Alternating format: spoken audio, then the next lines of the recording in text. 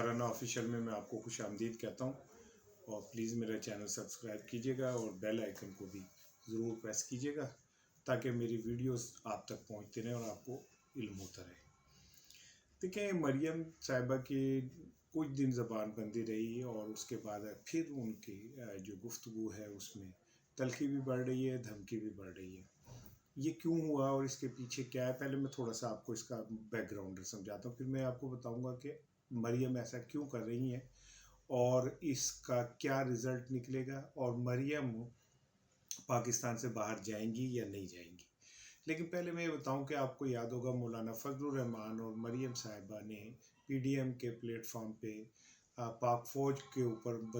नाम लेके इल्ज़ाम लगाए, जिसके बाद बिलावल भुट्टो और जो थे उन्होंने अपना रास्ता अलग कर लिया और मरियम और मौलाना फजलुर रहमान मैदान में रह गए। फिर आपको याद होगा कि मियां नवाज शरीफ साहब भी बड़े तेज़ी से वीडियोस भेजते थे पाकिस्तान के इदारों के ख़िलाफ़, और पाकिस्तान के इदारों के जो अहम ज़िम्मेदारान हैं उनका नाम लेके उन पर इल्ज़ाम लगाते थे। फिर अचानक मोहम्मद अली दुरानी बीच में आए और उन्होंने खामोश डिप्लोमेसी की, जिसके बाद आपने महसूस किया होगा कि मौलाना फजलुर रहमान का सॉफ्टवेयर बदला, नवाज शरीफ का सॉफ्टवेयर बदला और उनकी जानिब से जो वो इल्ज़ामात और नाम लेने का सिलसिला था वो ख़त्म हो गया। हुआ ये कि इस दौरान मोहम्मद अली दुरानी साहब और कुछ और सीनियर पॉलिटिशियंस के ज़रिए नवाज शरीफ और कुछ इदारों के दरमियान रब्ता हुआ और उसमें कुछ चीज़ें खामोशी से तय हुई, जिसमें एक ये भी था कि पीडीएम के प्लेटफॉर्म से इदारों के ज़िम्मेदारों का नाम लेके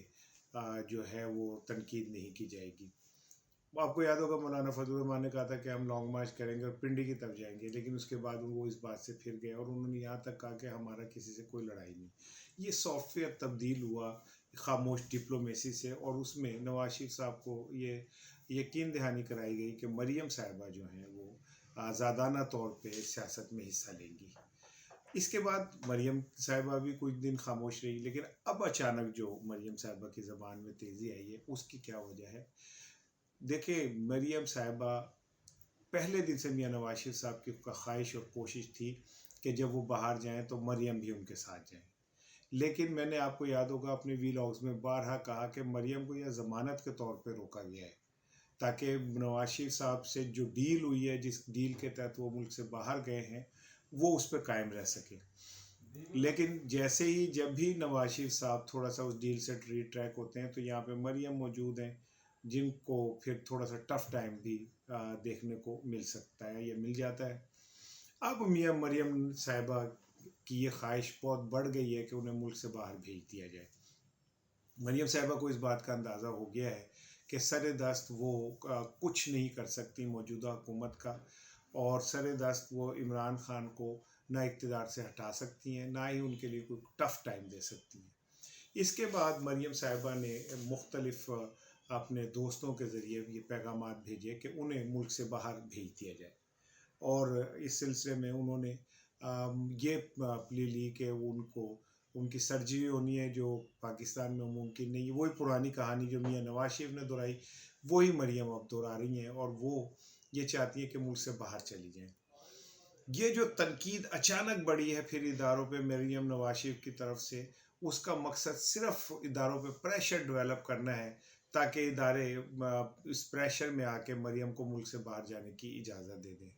अच्छा, ये हुकूमत भी चाहती है कि मरियम नवाज शरीफ मुल्क से बाहर चले जाएं, लेकिन इदारों का ख्याल ये है कि मियां नवाज शरीफ साहब ने जब भी कोई मुआहदा किया उसके ऊपर हम पूरे नहीं उतरे, और मरियम के पाकिस्तान से बाहर जाने के बाद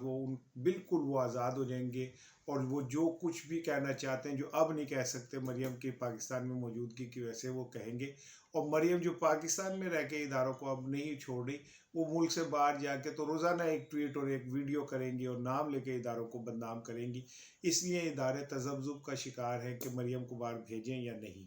दूसरी जानिब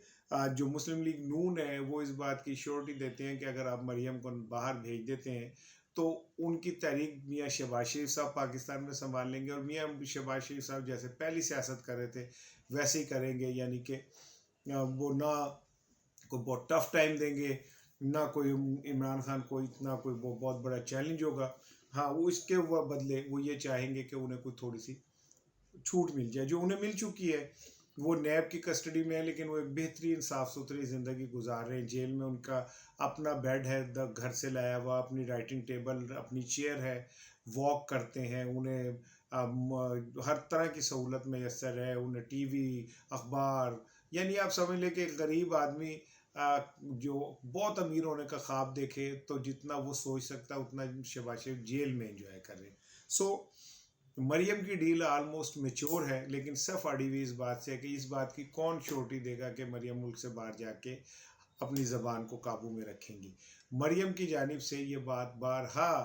कह दी गई है इदारों को कि हम आपको इस बात की ज़मानत देते हैं कि हम पाकिस्तान से बाहर जाके इदारों पर तनकीद नहीं करेंगे। लेकिन इस बात का आप अंदाज़ा इस तरह कर लें कि मरियम ने खुद DGISPR के बयान पे ये कहा कि नई राब्ते हैं और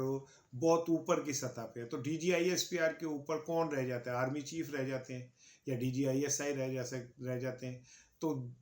उन्होंने बिल्कुल वाज़ेह तौर पे ये बात बता दी है कि उनके राब्ते हैं और बैकडोर डिप्लोमेसी जारी है। मरियम की ख्वाहिश है कि उन्हें मुल्क से बाहर भेज दिया जाए, लेकिन इदारे उन्हें भेजना भी चाहते हैं, हुकूमत भी भेजना चाहती है। वो कहते हैं कि ये यहाँ से चली जाए। हुकूमत ये चाहती है कि वो यहाँ से चली जाए ताकि जो इनके और इदारों के दरमियान मुज़ाकरात या राब्ते हैं वो टूट जाएं। लेकिन इदारे इस बात से रिलेक्टेंट है कि अगर बाहर गई तो ऐसा ना हो कि बाहर जाके इदारों पे बहुत ज़्यादा तनकीद करें। बहरहाल मैं आपको ये बता रहा हूँ कि मरियम आने वाले सेनेट के इलेक्शन के बाद, और हो सकता है लॉन्ग मार्च से पहले ही मुल्क से बाहर चली जाए।